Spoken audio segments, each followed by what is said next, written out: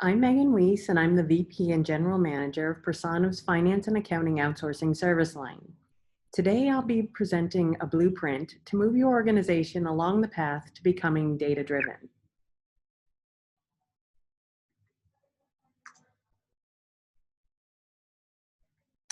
So, what exactly is data-driven decision-making, otherwise known as DDDM? DDDM is defined as using facts, metrics, and data to guide decisions that align with your goals. It's the process of making decisions based on actual facts and data rather than simply relying on intuition. So, why can't I just trust my gut? Well, it turns out that there are actually plenty of reasons as to why that's a bad idea. The first is that humans are inconsistent. When we're presented with the same evidence at different times, we can come to different conclusions. And when different people are presented with the same exact evidence, they often come to different conclusions based on their own personal experiences. Two, we remember things that didn't actually happen. Our intuition is based on a subconscious collection of data points, some of which are wrong. In other words, our memory is made up of bits of true facts surrounded by holes that we spackle over with guesses and beliefs. Three, we aren't as good as we think we are. We all have a tendency to overrate our ability to make accurate predictions and interpret data subjectively to strengthen those predictions. Four, we won't give up bad data. We internalize facts. We build up mental models. And then when new evidence contradicts those facts, we're very resistant to changing those models or accepting the new data. We become emotionally attached to our original opinion. Five, we anchor on irrelevant data. We depend too heavily on an initial piece of information offered, which is considered to be the anchor, to then make subsequent judgments during decision making. These initial anchors have a great deal of influence over future assessments, even though they may have been way off. And last, but certainly not least, we all get tired and hungry. Our decisions are affected by other internal extraneous factors such as hunger, mood, and energy, which can cause us to make drastically different decisions based on the time of day. If you ever end up in court, you don't want to be the slot that falls right before lunch. It's been proven to be the time when judges are most likely to be unforgiving. So, what are the benefits of DDDM and why should you care? Well, the first is reduce costs. You can reduce costs if you can make better decisions, such as deciding whether or not to develop a feature that your users really want, instead of using intuition and guessing wrong. Two, it increases the speed of decision making. Everyone has their own opinions, so important decisions often require many iterations and conversations. When a decision is backed by hard data, there's less room for disputing the likely outcome. Being able to swiftly make decisions is a big advantage for an organization, especially in a competitive market. Third, it stimulates continuous improvement. Another benefit of data-based decision-making is that it leads to continuous improvement because you're constantly testing one alternative against another. You're continuously gaining insights and determining ways of doing things better. These insights lead to improvements across the organization. Four, you can shift how your teams make decisions. Most companies rely on senior, knowledgeable, experienced leaders. However, these people are only human and don't always make the best decisions. Data-driven decision-making shifts the way teams make decisions since they rely less on skilled people and more on data analysis and metrics. And lastly, you have more confident decision-making. Data-based decision-making helps your organization make more accurate and measured decisions. So what does the evolution of DDDM look like? There are really four areas where data plays a role in providing value to the business. And while each area brings value, as you move from left to right, users will begin to feel an exponential increase in that value. The cost reduction stage depicts companies who use data to run their day-to-day operations. The goal here is to reduce costs by managing data more efficiently. The second is companies who provide data warehouses and data lakes for end user analysis. These companies have reached the modernization stage. The goal here is to structure data in a way where it becomes usable by the business. Moving along, we have self-service analytics, which is a form of business intelligence in which line of service professionals are enabled and encouraged to perform analysis on their own with nominal IT support. The goal here is to access and analyze data whenever and wherever it's needed to quickly gain insights to inform decision-making. And at the far right, these are organizations that have transformed their business into new models based on insights they get from their data. Think Amazon, Google, and Facebook. These organizations leverage advanced analytics such as predictive and cognitive technologies, and they use these tools to disrupt and stay competitive in the marketplace. Now, most businesses who start down the DDDM path will remain stuck at the modernization phase, and we'll get into why this is in just a bit. So what does it look like to be data-driven? These are just a few of the hallmarks of data-driven organizations. A data-driven organization is continuously testing. It might be A/B testing checkout flow on a website, or testing email subject lines in a marketing campaign. As an example, LinkedIn runs hundreds of experiments a day. Another example is Etsy, which runs dozens of experiments simultaneously. These tests may also include end user testing, which means working directly with customers to obtain direct and immediate feedback on possible new features or products. A data-driven organization has a continuous improvement mindset. It doesn't think, well, we've always done things this way, so we're just going to keep doing things this way. A data-driven organization is involved in repeated optimization of core processes. A data-driven organization is involved in predictive modeling, but more importantly, they are feeding the prediction errors and other learnings back into the models to improve them.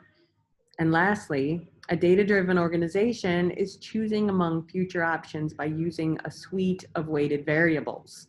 Resources are always infinite, and there are always pros and cons for different reasonable courses of action.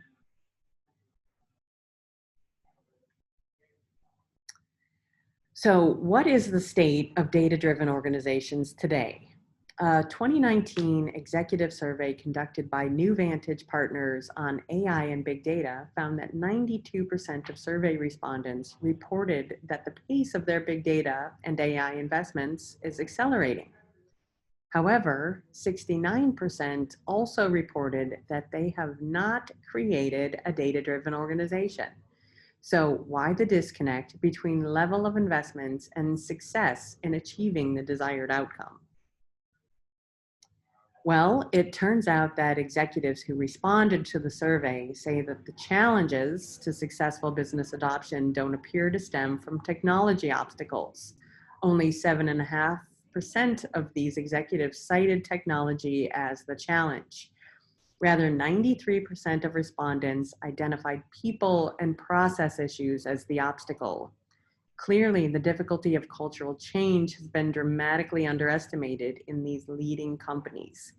Of the 93% who identified people and processes, 40.3% specifically identify a lack of organization alignment, and 24% cite cultural resistance as the leading factors contributing to this lack of business adoption.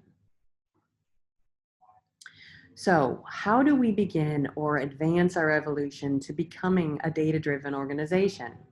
Today, I'll be presenting 7 steps that I feel are critical for creating a data-driven organization.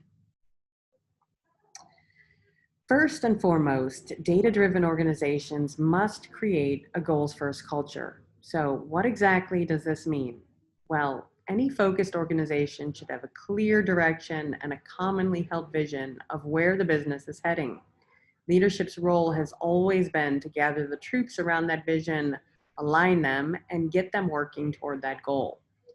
But in a data-driven organization, that goal will be more transparent with clearly defined KPIs, a clear picture of the current state, and clear targets.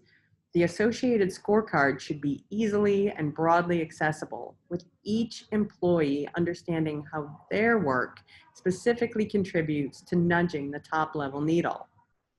That set of top-level KPIs should then be cascaded down to business units so that they may set their own sub-KPIs, which may then flow down to lower-level metrics and targets that the business can take ownership of. Also, and this is very important, when using data to get answers, the question should always be identified first so that it's clear what data will be needed and you don't end up trying to boil the ocean. And to avoid cherry picking data points or manipulating data to get the answer that you want, metrics also need to be identified in advance, along with their relative importance. Data-driven organizations require strong top-down data leadership. They need leadership that inspires, that promotes a data-driven culture, and actively drives and supports all aspects of the analytics value chain, from data collection through to data-driven decision-making. Leaders should be evangelists for data and data-driven practices. They need to lead by example in promoting data and create consequences for ignoring it. And lastly, you should consider creating specific roles that will drive your data-driven agenda forward, such as a Chief Data Officer or CDO and a Chief Analytics Officer or CAO. The role of the CDO is to leverage data strategically to drive business value. This role should define the vision, strategy, process, and methods by which an organization acquires, stores, and manages its data and its quality. A key component of this role is identifying and exploiting new business opportunities. While the CDO role may focus more on the back end, data management, the CAO focuses significantly more on the strategic use of the data and analytics. A CAO should have sufficient vision to see the potential in existing data, understand how it relates to business's goals, and have sufficient clout to bust silos and bring data together in the best, most impactful way. Good leaders in a data-driven organization know how to balance their technical skills, their business knowledge, and their people skills. They have outstanding relationship building and communication skills. And last, but certainly not least, they're politically savvy and they know how to be a catalyst for change. Data-driven organizations promote broad data literacy. Now, clearly analysts need training in experimental design, critical thinking, data presentation, use of business intelligence tools, statistics, etc. However, for a company to be data-driven, this skill set, along with evidence and fact-based perspective, should be ingrained at a much broader scale. The managers and other decision makers need to be data literate too. Why? Because managers make the ultimate strategic and tactical decisions based on the analysis. They have to be able to recognize flaws in an analysis and push back. And they have to be prepared to defend their decision should the need arise. So while it is up to the analyst to present the analysis in a meaningful, digestible form, the managers need to have some responsibility to learn some of those basic metrics, terminology, and inference tests too. All levels of the organization should be offered training and implementation support as part of data initiatives. And rather than a big bang approach where too much is bitten off and most of the learning will be forgotten, this should be done in a just-in-time approach where employees receive the specific training they need and are then able to implement and practice those skills. Now, the most important point here is that every organization can start somewhere, and there are plenty of resources to help.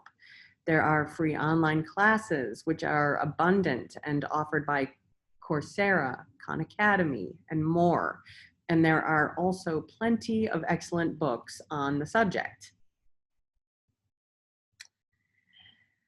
An organization can have quality, timely, and relevant data and skilled analysts who do great work and generate masterful reports and models with carefully crafted and presented insights and recommendations. However, if that report sits on a desk or is left unopened in an inbox, or if the decision maker has already made up his or her mind regarding what action he or she is going to take, regardless of what the data shows, then it's all for naught. If you want people to use data to make decisions, they have to be held accountable for it. So how do you do that? Well, the first step is to be crystal clear about what you expect. This means being clear about the outcome you're looking for, how you're going to measure success, and how people should go about achieving the objective. Next, you need to examine an individual's capability. What skills does the person need to meet the expectations? What resources will they need? If the person doesn't have what's necessary, can they acquire what's missing? If so, what's the plan? And if not, you'll need to delegate to someone else. Otherwise, you're setting that person up for failure. And nothing frustrates employees more than being surprised by failure. During the expectations conversation, you should agree on weekly milestones with clear, measurable, objective targets. And if any of those targets slip, jump on it immediately. Brainstorm a solution, identify a fix, redesign the schedule, or respond in some other way to get that person back on track. Honest, open, and ongoing feedback is critical. People should know where they stand. If you have clear expectations, capability, and measurement, the feedback can be fact-based and easy to deliver. And lastly, you need clear consequences. If people are making excellent, gut-based, impactful decisions that propel the business forward, then great. But if they are ignoring data and making poor decisions, they should be forced to change or shown the door, as these are the people who will ultimately hinder an organization's ability to become data-driven. And one more point on the slide. Accountability isn't just for your decision makers. Analysts need to be held accountable too, accountable for selling their ideas to the decision makers through strength of evidence and interpreting that evidence into a language that the decision makers can understand. Step number 5 is to create an open and trusting culture. Data-driven organizations provide broad access to data. That involves providing access to data to staff outside the core analytics organization. Typically, data sources are managed by multiple different teams or business units. For the organization to maximize the potential of the data must be brought together to provide a more complete, richer context. And in order for this to happen, there has to be a clear signal from the business that the data is not owned by any individual teams, but that it belongs to the organization as a whole. Data leaders need to evangelize the benefits of sharing across the organization and put the right incentives in place to knock down the silos and share the data. Now, this kind of data sharing requires a trust. Trust from the individuals that the data is reliable and accurate and will be used to good effect and not used against them. And also trust from the organization that the data will not be abused or leaked, but used in an appropriate manner to further the business as a whole. This kind of sharing allows a data-driven organization greater potential to push decision-making further down the org chart so that operational decisions can be tackled at the source.